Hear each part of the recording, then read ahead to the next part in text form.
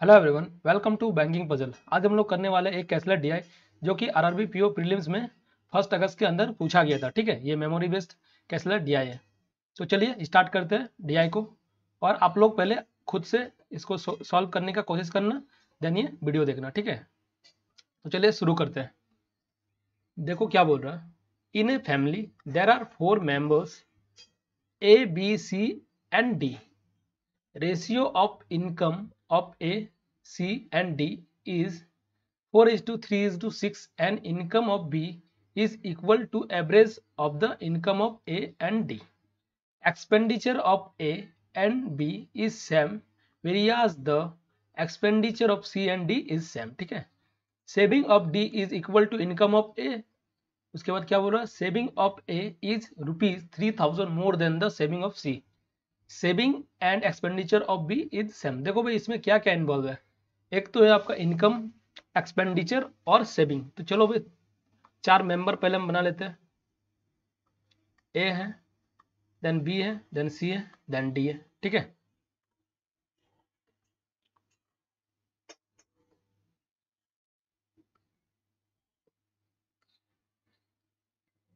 ये आपका इनकम का कॉलम, ये एक्सपेंडिचर का कॉलम, और ये आपका हो गया सेविंग का कॉलम। चलो इसमें लिख देते हैं हम,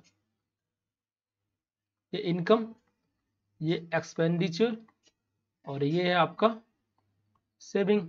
ठीक है, और आप लोग तो ये तो जानते ही होंगे, इनकम बराबर क्या होता है, एक्सपेंडिचर प्लस सेविंग। ठीक है, जितना इनकम होगा वो एक्सपेंडिचर प्लस सेविंग मिलके होगा। ठीक है, तो चलो अब सॉल्व करते हैं। ये रेशियो दिया हुआ था, ratio of income of A C and D is 4:3:6। चलो लिख लेते हैं। ए का 4 दिया हुआ, उसके बाद सी का 3 दिया हुआ, और डी का 6 दिया हुआ है। ठीक है, उसके बाद क्या बोल रहा है, and income of B is equal to average of income of A and D. B का जो इनकम है ना वो ए और डी का औसत है। ठीक है, एवरेज है। तो देख लेते, देखो भाई ए का कितना है इनकम 4, और डी का कितना है भाई 6। ये दोनों को ऐड करेंगे तो कितना होगा 10, डिवाइडेड बाय 2 देंगे तो एवरेज निकल जाएगा, तो ये 5 हो जाएगा। ठीक है, तो ये 5 है आपका। अब उसके बाद क्या बोल रहा है, expenditure of A and B is same whereas the expenditure of C and D is same. देखो भाई ए और बी का एक्सपेंडिचर सेम है, और सी और डी का भी एक दूसरे से सेम है। ठीक है, तो मान लेते हैं ए का x है तो बी का भी आपका x हो जाएगा। ठीक है, इस कंडीशन में हम लोग मान लेते हैं सी का y है और डी का भी y ही होगा क्योंकि दोनों का सेम है। ठीक है, अब चलो आगे बढ़ लेते हैं। Saving of D is equal to income of A. D का जो सेविंग है ना वो ए के इनकम के बराबर, तो इनकम ए का कितना है 4, तो डी का सेविंग कितना हुआ भाई 4। ठीक है, 4 हुआ। अब देख लेते हैं आगे, saving of A is ₹3,000 more than the saving of C. ठीक है, देखो भाई क्या बोल रहा है, सेविंग जो ए का जो सेविंग है ना वो सी का जो सेविंग है ना उससे 3,000 ज्यादा है। तो इसका तो हमको पता नहीं है, तो मान यहाँ पर कर लेते हैं सी का जो सेविंग है उससे कितना ज्यादा है 3,000 ज्यादा है, मोर है। चलो ठीक है, ये लिख लेते हैं हम, तो ये सी ही होगा। ठीक है, उसके बाद आगे देखते हैं, saving and expenditure of B is same. Saving और एक्सपेंडिचर जो बी का है वो सेम है, तो एक्सपेंडिचर बी का कितना एक्स है तो सेविंग भी एक्स ही होगा ना। ठीक है, अब एक चीज देखो यहाँ पर, डी का इनकम है 6, सेविंग है 4, तो एक्सपेंस कितना होगा 2 होगा, क्योंकि इनकम बराबर एक्सपेंस प्लस सेविंग होता है, तो ये 2 कर लो। ठीक है, ये आपका 2 हो जाएगा, और ये जब 2 हुआ तो ये भी 2 होगा, क्योंकि बोला था हमको सी और डी का जो एक्सपेंडिचर है वो सेम है, तो ये भी 2 कर लो। ठीक है, चलो ठीक है। अब देख लो क्या बोला, बी का जो इनकम है 5, और एक्सपेंडिचर और सेविंग जो है बी का वो दोनों बराबर है, तो ये 5 है तो ये 2.5, ये भी 2.5 होगा क्योंकि बराबर है। तो चलो इसको भी लिख लेते हैं 2.5 2.5, ये 2.5, ये भी आपका 2.5 हो गया। ठीक है, जब ये 2.5 तो ये भी 2.5 होगा, क्योंकि हमको बोला था ए और बी का जो एक्सपेंडिचर है वो दोनों सेम होना चाहिए। तो चलो ये दोनों सेम हो गया। अब एक बात बताओ, यहाँ पर सी का जो इनकम है ना वो 3 है और एक्सपेंडिचर 2 है, तो सेविंग कितना हुआ? एक ही होगा ना, तो सी बराबर 1 होगा। चलो इसको लिख लेते हैं। अब एक बात बताओ, यहाँ पर ए का जो इनकम है 4 है, ठीक है, एक्सपेंडिचर 2.5 हुआ, तो सेविंग कितना हुआ? 1.5 होगा ना, तभी तो 4 होगा मिलके। तो ये कितना हुआ? 1.5 बराबर है आपका सी प्लस 3000, ठीक है। सी को आप 1 भी लिख सकते हो, तो इसको हम 1 लिख लेते हैं क्योंकि यहाँ पर हम वैल्यू में ला दिए इसको 1 कर लेते हैं हम, ठीक है। ठीक है, अब चलो लिख लेते हैं 1.5 इक्वल टू कितना है? 1 प्लस 3000, ठीक है। अब देखो 1 जो है ना इधर आएगा तो कितना बचेगा? 0.5 माइनस हो जाएगा 1 इधर जाके, और ये 3000, ठीक है। और 3000 डिवाइडेड बाई 0.5, हम एक यूनिट का निकाल लेते हैं पहले वैल्यू, ठीक है। तो इंटू एक से इंटू कर देंगे, ठीक है, मल्टीप्लाई करेंगे तो ये 2 टाइम्स और 2 इंटू 3000 होगा तो कितना होगा? 6000। तो एक यूनिट का वैल्यू क्या आ गया? 6000, ठीक है। चलो अब देखो 6000 को आप क्या करो, ये सबसे मल्टीप्लाई कर दो, आपका आंसर आ जाएगा, ठीक है। इनकम एक्सपेंडिचर सारा का सारा निकल जाएगा। तो चलो हम 6000 से इस सबको मल्टीप्लाई कर देते हैं जल्दी जल्दी। तो ये 6000 है, इंटू 4 करेंगे तो कितना होगा? ये 24000 होगा ना, ये 24000 हो गया आपका। फिर 6000 इंटू 5 करेंगे तो कितना होगा भाई? 30000 होगा ना, तो ये 30000 हो जाएगा।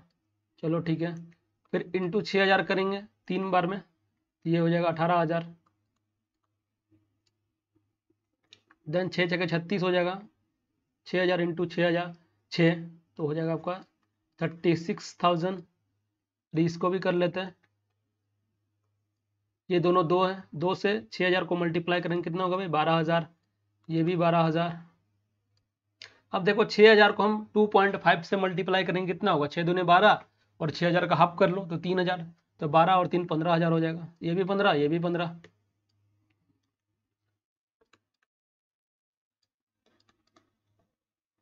चलो ठीक है, अब देख लो ये कितना था?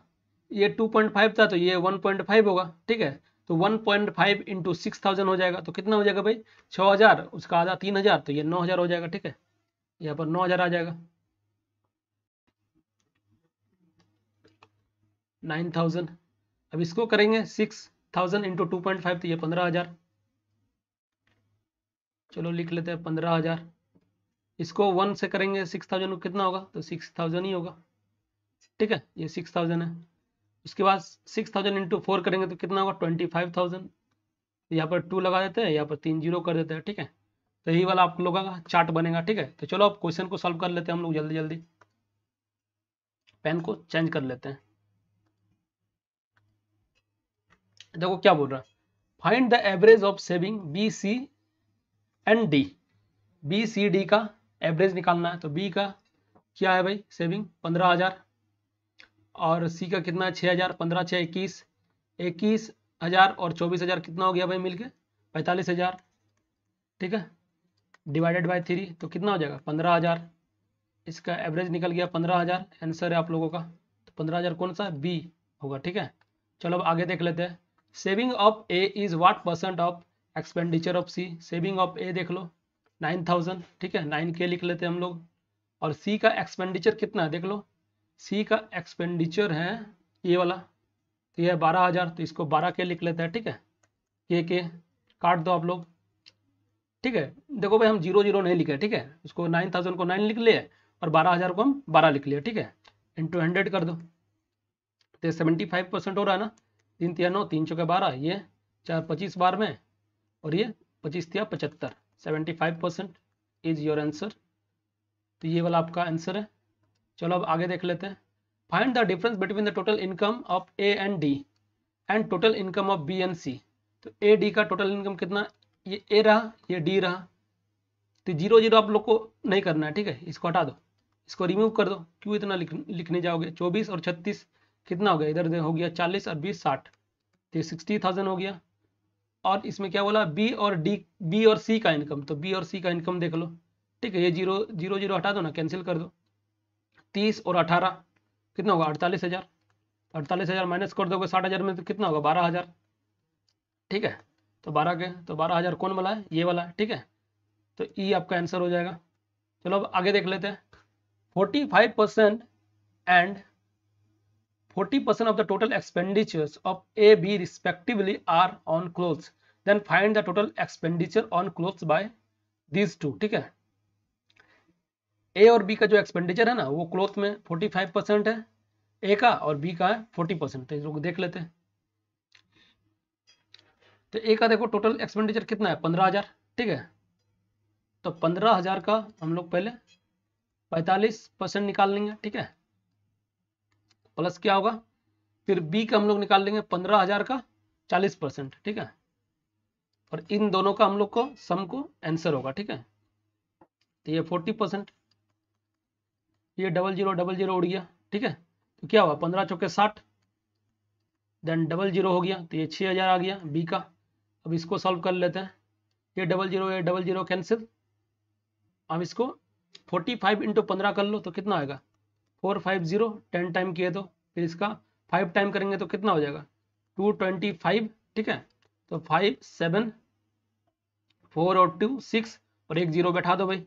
और ये 6,000 दोनों को प्लस करोगे तो कितना होगा 6 6 12,750 इज योर आंसर। 12,750 किन में, सी में, ठीक है। तो ये आपका आंसर है। अब चलो आगे देख लेते हैं। Total saving of B and D together. B और डी का टोटल सेविंग कितना है 15,000 और डी का 24,000। तो टोटल कितना हो गया भाई 15, ये 3 0 हटा दो तो ये हो गया 39,000 ना, 5 4 9 और ये 3, हाँ तो 39 के हो गया, ठीक है।